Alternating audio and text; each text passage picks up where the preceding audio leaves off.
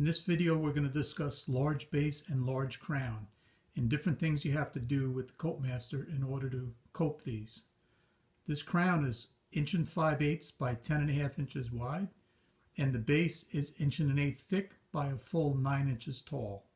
The new CopeMaster is able to do bigger moldings up to 11.25 inch base, where the original CopeMaster did up to 7 5/8 wide pieces. In order to make the machine be able to do bigger base but not get a lot wider, we decided to put the template underneath the work vise and staggered over to the side. The offset between the fixed fence for the workpiece and the fixed fence for the template is 7.5 inches. So here we have a 7.25 inch base in the template vise, and this presents no clearance issues of any kind while you're coping a 7.25 inch base that's like 3/4 thick. As we get thicker and wider bases, we can have some clearance issues, which needs us to make a modification to the Stylus to be able to do the wider and thicker pieces. Here we see that 3/4 by 7.25 inch base, and I'm tracing along the template with the Stylus, and we can see we don't have any clearance issues. But we can see that the saw guard is getting very close to the base back here. Here we have a full 1.1 by 9 inch baseboard, and as I trace along the template with the Stylus, we can see that we have a interference back here at this corner of the base with the saw guard. So what we really need to do is move the Stylus forward a little bit so we create clearance here. And we do that by taking off the knob in the back and using one or both of these 1/2 inch spacers. We only need one in this case, so we put one spacer on this side, one spacer on this side, install the knob back on. We bring the Stylus up against this side of the base, hold it against there, lock it in place. That squares up the Stylus with the edge of the base. And now we can see, as I trace along, the Stylus being a 1/2 inch farther forward, we have clearance back here between this corner of the base and the saw guard, and we won't have any clearance issues. You can put the second spacer in here as well to space it out another 1/2 inch if need be. The next issue we can have is with undercut on thick bases. Here we have a standard 5.5 inch by 3/4 thick base, and you can see that the saw blade generates an undercut from the curvature of the saw blade, which is desirable for so we have some back clearance.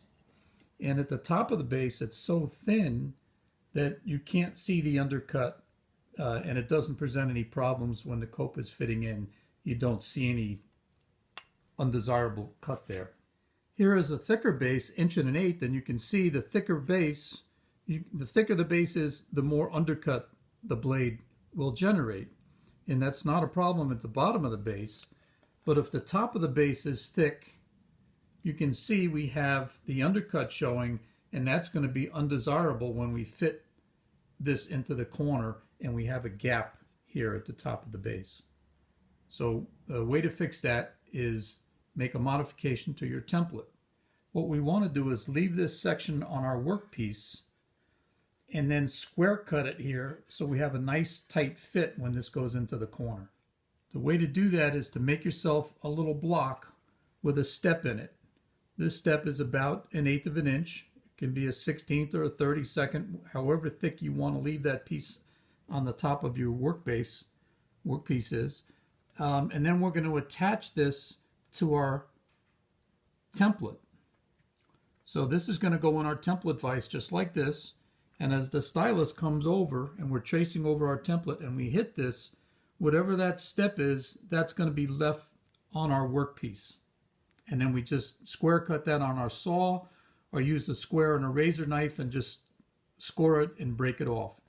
So here is what that baseboard coming in with the undercut showing would look like. And here it is with the piece left on that workpiece and then square cut, and this is what you would get. A couple of things about the miter cut for your workpieces. We always suggest left-hand copes for base. You can do lefts and rights, but the advantages of left base coping is that the top of the base on a left-hand cope is going to be against a fixed fence. So we're always referencing against the top of the base. We always suggest putting the miter cut on because it's removing this whole triangle of material, so the CopeMaster doesn't have to remove that. And you're generating the cope line from the miter saw, and the CopeMaster is actually just going to remove all of the wood behind that line, and ideally would never even touch the cope line. That would still be generated by the saw, the miter saw, and the CopeMaster is just removing all of the wood behind it.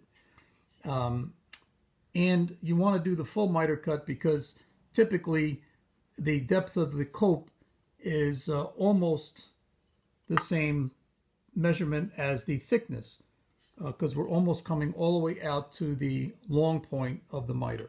As we see here, the depth of the cope is almost coming all the way out to where the long point was.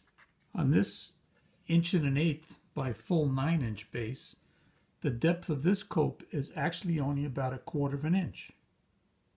So if we put a full miter cut on, the full miter cut is going to be 1 1/8 deep from the long point back to our cope line, and we're going to have to remove this whole triangle of material all the way up to the 1/4 inch detail.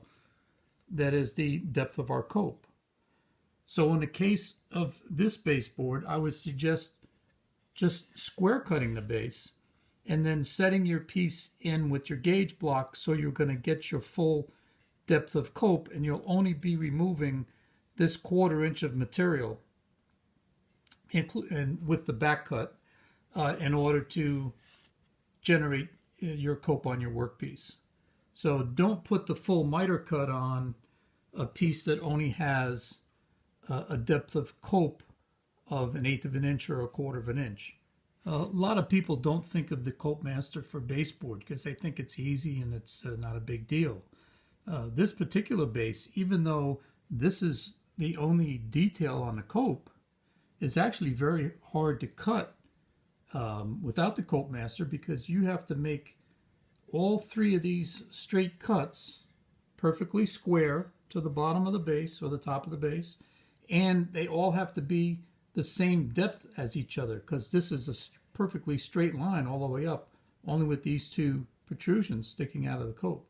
So this is fairly difficult to do by hand with a chop saw or a jigsaw, but with the CopeMaster, once you make the template, and the template, all of these are perfectly straight, because that's how the CopeMaster works when you're making a template for baseboard.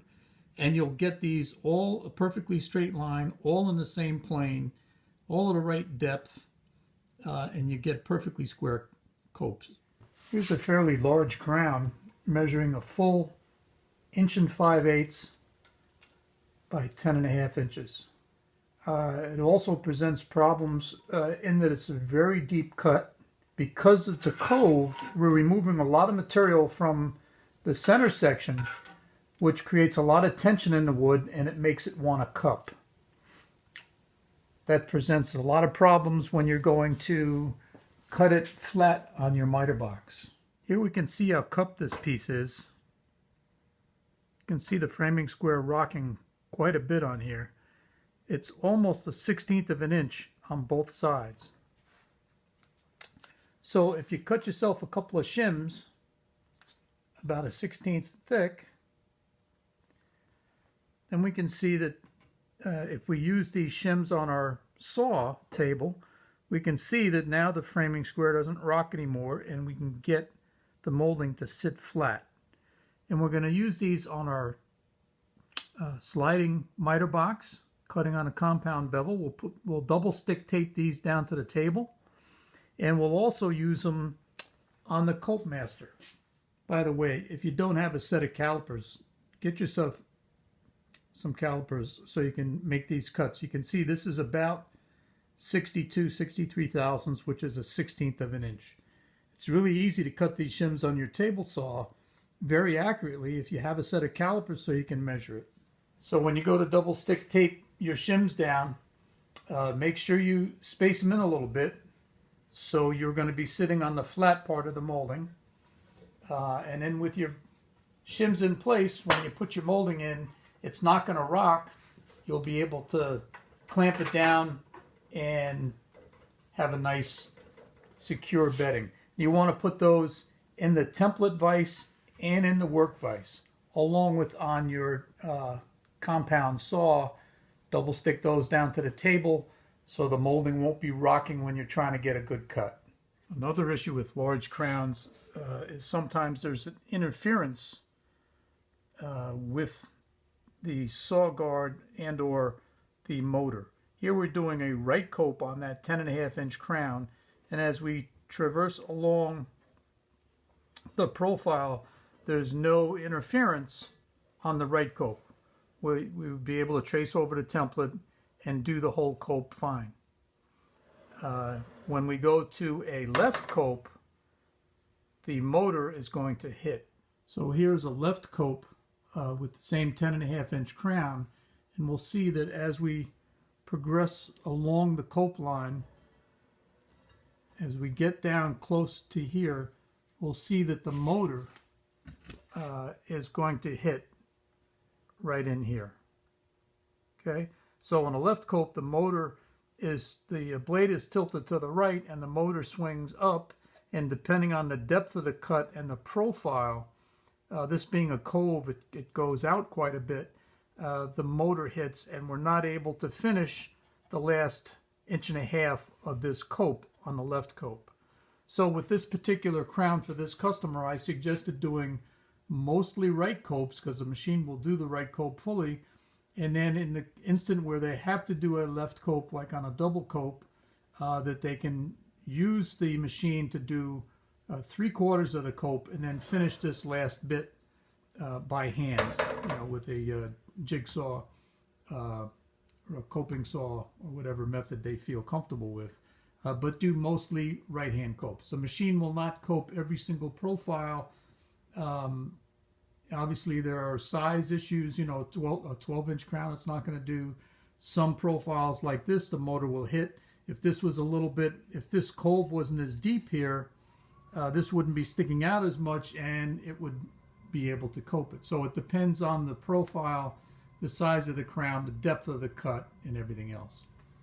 But this is a way to get around with this particular crown is to cut right-hand copes. So with this crown, this is the bottom of the crown. It sits this way, and this is over 1 inch thick. So we're going to see the undercut of the saw blade, just like the baseboard we were discussing before, that 1.8 inch thick base. At the very top of the base is so thick you're going to see the undercut. So the way to get around it with the crown is the same way. You make your little block with the step in it, you screw this onto your template, and then when you get to this section, the bottom of the crown, the stylus is going to hit that block, and it's going to leave the long point, whatever thickness that step is, it's going to leave the long point with that thickness there, and then you're going to square cut that piece. So when you install the crown, you have a nice square cut here at the bottom, and you'll get a nice tight cope